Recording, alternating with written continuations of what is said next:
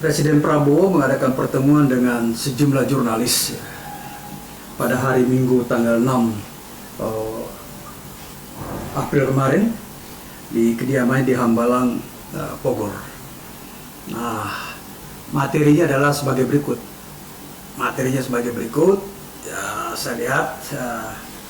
Jadi yang dibicarakan itu, yang dibahas atau diskusikan bersama jurnalis adalah beberapa macam isu, ya, strategis secara langsung presiden, dan dia berdialog dengan 7 jurnalis nasional di Hambalang.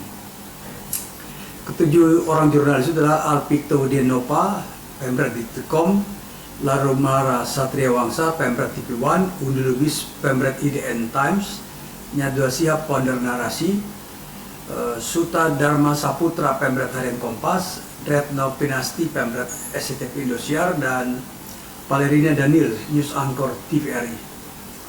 Pertemuan ini difasilitasi oleh Wakil Menteri Komunikasi dan Digital, Anggara Prabowo. Pertemuan ini menjadi momen penting untuk penyampaian informasi, berbagai pandangan, penjelasan langsung kepala negara terkait isu strategis yang dihadapi Indonesia. Nah, ini yang penting sekali, membahas isu politik nasional, mulai dari pengesahan RUU TNI hingga penerapan tarif impor resiprokal Amerika Serikat. Terbuka ini diskusinya, artinya ini adalah informasi tahap pertama, dan kemudian Presiden juga menunjukkan keprihatinan terhadap aksi teror dan intimidasi yang ditujukan kepada Tempo. Nah, kalau menurut Presiden, tindakan itu adalah adu domba, ya, ingin menciptakan suara yang tidak baik. Nah, dan itu menjadi bukti bahwa pemerintah juga tidak mendukung seperti ini.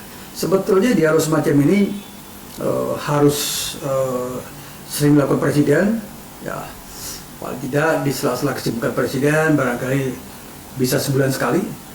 Tapi lebih dari itu, yang penting adalah tradisi dialog dibangun di kementerian, ya, di lembaga negara, instansi. Kalau di BPS hampir setiap bulan dilakukan itu, kemudian juga saya kira di kantor komunikasi presidenan juga sering dilakukan, tapi membangun komunikasi itu penting sekali. Jadi bukan sekedar menyampaikan informasi itu dimuat atau meneruskan informasi, tapi membangun persepsi, membangun suasana informatif.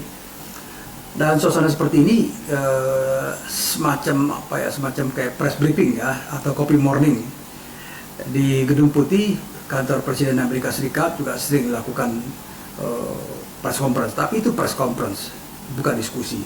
Saya kira kadang-kadang wartawan harus diberikan insight, harus diberikan katakanlah masukan terhadap suatu masalah tanpa perlu harus menulis dari berita.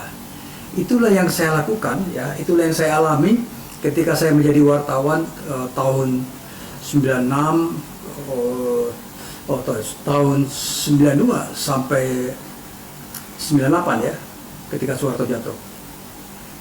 Saya bergabung dengan kelompok-kelompok wartawan, ya, seperti di waktu itu namanya Menteri Kementerian Penerangan, Departemen Penerangan. Saya bergabung di Departemen Energi Sumber Daya Manusia. Waktu itu menterinya adalah Pak Kuntoro, ya, sangat terbuka sekali. Setiap habis sholat Jumat, dia berdiskusi dengan wartawan di tempat itu. Dilanjutkan tradisi oleh Pak Susilo Bambang Yudhoyono ketika jadi Menteri SDM. Ya, tradisi penting. Tradisi juga yang sering dibangun ketika Tandri Abeng, ya, menjadi Menteri BUMN, dilanjutkan oleh Sufyan Jalil. Saya kira tradisi seperti ini penting, ya, keterbukaan. Keterbukaan itu penting untuk membangun persepsi, tapi bukan indoktrinasi.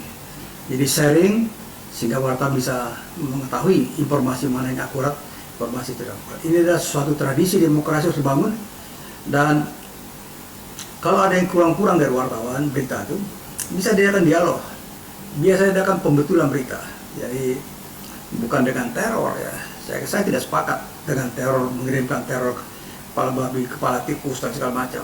Ya, bisa jadi adalah sebuah niat jahat dari orang-orang yang memang sengaja menciptakan suasana keruh.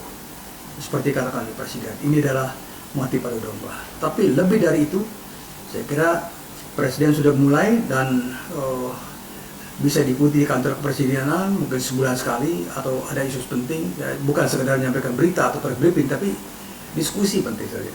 Ya, kemudian di tingkat kementerian, lembaga negara juga perlu dibangun dari sini. Dan ini sudah kami kerjakan para wartawan Pos Soeharto. Ya, kita bangun seperti itu.